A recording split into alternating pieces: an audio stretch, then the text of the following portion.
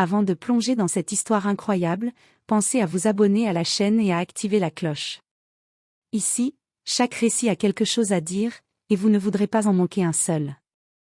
Le soleil baignait la grande avenue d'une lumière éclatante, mais ce jour de printemps semblait étrangement lourd, comme si la ville elle-même retenait son souffle.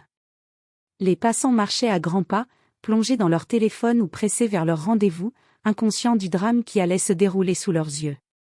Dans un coin de la rue, un sans-abri, aux vêtements râpés et aux mains couvertes de cicatrices, observait silencieusement le va-et-vient des passants. Personne ne prêtait attention à lui, et c'était exactement comme il le voulait. Mais ce jour-là, quelque chose attira son regard, un mouvement suspect dans une ruelle sombre, à peine visible depuis la rue principale. Quelques instants plus tard, une policière en uniforme, fraîchement sortie de son patrouille matinale, s'avança en ignorant le danger. Son téléphone portable glissait de sa main tandis qu'elle scrutait la foule. Le sans-abri sentit une montée d'adrénaline, il savait qu'il devait agir avant qu'il ne soit trop tard. D'un geste rapide et instinctif, il s'approcha d'elle et plaça sa main sur sa bouche pour l'empêcher de crier. Les yeux de la policière s'écarquillèrent, mêlant surprise et peur, tandis qu'il murmura avec urgence « Ne parle pas, fais-moi confiance ». À ce moment précis, un événement choquant se produisit dans la ruelle, un homme masqué sortit d'une ombre, tenant quelque chose qui fit frissonner même le sans-abri expérimenté. La tension était palpable, et la vie de la policière dépendait désormais de son silence et de son instinct. Le sans-abri sentit son cœur battre à toute vitesse. La main de la policière tremblait légèrement contre la sienne, et il pouvait entendre son souffle rapide, ponctué de brefs murmures effrayés. Autour d'eux, la ville semblait continuer normalement, le cliquetis des talons sur le trottoir, les moteurs des voitures et les conversations des passants. Mais pour eux, le monde s'était arrêté. D'un geste précis, le sans-abri fit signe à la policière de se déplacer vers un coin plus sûr de la rue. « Ne parle pas, ne bouge pas trop vite. » murmura-t-il, ses yeux scrutant chaque ombre autour d'eux. Elle hocha la tête, incapable de répondre, mais lui faisant confiance malgré la confusion et la peur. Dans la ruelle, l'homme masqué avançait lentement, tenant un objet brillant qu'on ne voyait pas clairement. Le sans-abri reconnut immédiatement le danger, ce n'était pas un simple vol, c'était plus grave, et chaque seconde comptait. Il se plaça instinctivement entre la policière et le danger, prêt à tout pour la protéger. La policière, habituée à prendre le contrôle des situations, se sentit vulnérable pour la première fois. Elle observait le sans-abri avec étonnement, jamais elle n'aurait imaginé que quelqu'un que la société avait oublié pouvait avoir un courage et une rapidité d'esprit pareils. Un bruit soudain dans la ruelle fit sursauter les deux. L'homme masqué semblait hésiter, comme s'il sentait que quelque chose ou quelqu'un le surveillait. Le sans-abri profita de ce moment pour glisser à la policière « Dès que je bouge, tu cours vers la sortie principale, compris ?» Elle hocha la tête silencieusement, prête à suivre son plan risqué. Alors que l'homme masqué reprenait sa marche menaçante, une tension palpable enveloppait la rue. Chaque pas pouvait déclencher l'irréparable. Et c'est là que le sans-abri réalisa quelque chose qui allait changer le cours de cette journée. Le sans-abri retenait sa respiration, ses yeux fixés sur l'homme masqué qui avançait dans la ruelle avec une lenteur calculée. Chaque pas résonnait sur les pavés humides comme un écho menaçant. La policière, toujours silencieuse, se tenait derrière lui, ses mains crispées sur son uniforme. Soudain, l'homme masqué se tourna légèrement, laissant entrevoir un sac noir qu'il tenait fermement. Le sans-abri reconnut immédiatement ce qu'il contenait, plusieurs armes cachées, prêtes à être utilisées. Le sang se glaça dans ses veines. C'est bien pire qu'un simple vol, pensa-t-il. D'un geste rapide et précis, il fit reculer doucement la policière derrière un conteneur d'ordures, la plaquant contre le mur pour qu'elle ne soit pas visible. Ses yeux parcouraient la ruelle, analysant chaque détail, des débris sur le sol, des panneaux publicitaires qui pouvaient offrir une couverture, et surtout, l'homme masqué qui avançait sans se douter de leur présence. Puis, dans un souffle presque inaudible, l'homme murmura quelque chose au téléphone. Les mots étaient indistincts, mais le ton glaça le sang du sans-abri. Il parlait de « la cible » et de « faire vite ». Le sans-abri savait qu'il n'avait que quelques secondes. Il s'approcha encore un peu de la policière et murmura. « Écoute-moi bien, dès que je fais le mouvement, tu cours vers la sortie principale. » Ne regarde pas en arrière, et surtout, ne parle pas. La policière acquiesça, tremblante mais prête.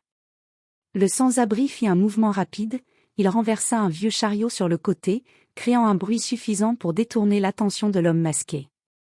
Celui-ci se figea, jetant un regard suspicieux vers le conteneur où il se cachait. C'était maintenant ou jamais. Le sans-abri sentit l'adrénaline le submerger et une certitude étrange, ce jour, il ne sauverait pas seulement la policière, il allait révéler à tous que même ceux qu'on ignore peuvent accomplir l'impossible. Le sans-abri sentit son cœur battre à tout rompre. L'homme masqué avançait prudemment, ses yeux balayant la ruelle comme s'il cherchait une proie invisible. Chaque respiration semblait suspendue dans l'air. D'un geste instinctif, le sans-abri attrapa une vieille bouteille vide et la lança derrière un conteneur. Le bruit éclata dans la ruelle et attira l'attention de l'homme masqué. Il se retourna brusquement, donnant au sans-abri et à la policière une fraction de seconde précieuse. « Maintenant » murmura le sans-abri. La policière s'élança, courant à toute vitesse vers la sortie principale, les jambes tremblantes mais déterminées. Derrière elle, le sans-abri resta un instant, fixant l'homme masqué. Une rage silencieuse brillait dans ses yeux. Il savait qu'il n'avait pas le choix, il devait le retenir. D'un mouvement rapide, il se jeta sur l'homme masqué, le déséquilibrant. Une lutte brutale s'engagea, coups, poussées, et le fracas des objets renversés résonna dans la ruelle. L'homme masqué tenta de riposter, mais le sans-abri, habile et rapide malgré son apparence frêle, réussit à le maîtriser. Soudain, la policière, haletante mais en sécurité, revint sur ses pas. « Je n'arrive pas à croire que tu aies fait ça. » dit-elle, la voix tremblante. Ses yeux brillaient d'admiration et de gratitude. Le sans-abri la regarda, essoufflé, et murmura simplement, « Ne parle pas, c'est fini. » Pour l'instant. À cet instant, la sirène d'une autre patrouille retentit au loin. L'homme masqué, surpris et désorienté, tenta de fuir, mais la policière, retrouvant ses réflexes, le retint jusqu'à l'arrivée des renforts. Pour la première fois, la policière vit le sans-abri autrement, non pas comme un homme sans abri, mais comme un héros silencieux. Et elle sut, dans ce regard déterminé, que certaines personnes, malgré les apparences, ont un courage que personne ne peut ignorer. La ruelle reprenait peu à peu son calme. Les sirènes s'éloignaient, et les passants commençaient à émerger de leur routine, curieux de ce qui venait de se passer. La policière, toujours essoufflée, se tourna vers le sans-abri. Son uniforme était froissé, ses cheveux en bataille, mais ses yeux brillaient d'une reconnaissance sincère. « Pourquoi avez-vous fait ça ?» demanda-t-elle, la voix tremblante. Le sans-abri détourna légèrement le regard. « Parce que, personne ne mérite de mourir ici. Même si personne ne regarde. Même si personne ne sait que je suis là. » Ces mots étaient simples, mais portaient un poids immense. Alors que la policière reprenait son souffle, une équipe de journalistes arrivait sur les lieux, attirés par le chaos récent. Les caméras et les flashs captèrent l'homme masqué emmené par les forces de l'ordre, et bientôt, la rumeur se répandit, un sans-abri avait sauvé la vie d'une policière. La nouvelle se répandit comme une traînée de poudre. Certains voisins, qui l'avaient ignoré toute leur vie, commencèrent à regarder l'homme avec une curiosité nouvelle, certains même avec respect. La policière, elle, ne pouvait s'empêcher de penser à ce héros silencieux. Elle savait qu'elle devait le protéger, pas seulement de la rue, mais aussi des regards intrusifs qui allaient s'abattre sur lui.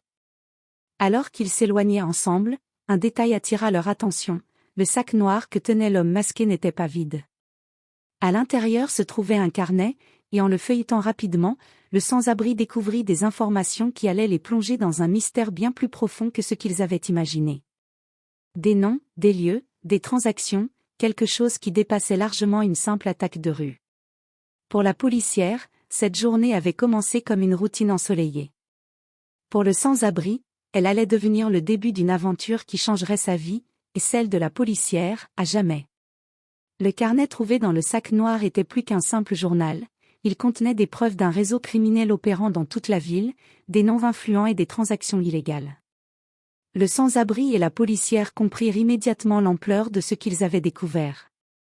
Cette simple rue avait été le théâtre d'un danger bien plus grand qu'ils ne l'avaient imaginé. La policière, reconnaissante et admirative, insista pour que le sans-abri accompagne la police afin de partager ce qu'il savait. Mais il refusa, d'un geste ferme.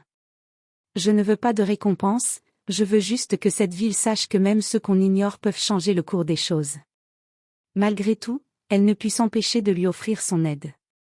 Elle lui promit un refuge temporaire, de la nourriture et surtout, du respect.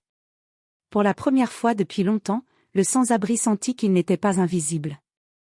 Les médias relayèrent rapidement l'histoire, mais contrairement à ce qu'il craignait, l'attention publique ne le mit pas en danger. Au contraire, beaucoup furent touchés par son courage et commencèrent à réfléchir à ce qu'il négligeait chaque jour. Quelques semaines plus tard, la policière le retrouva dans un petit parc de la ville. Il avait changé, plus sûr de lui, serein, presque lumineux. Elle lui tendit un café chaud, et ils échangèrent un sourire complice.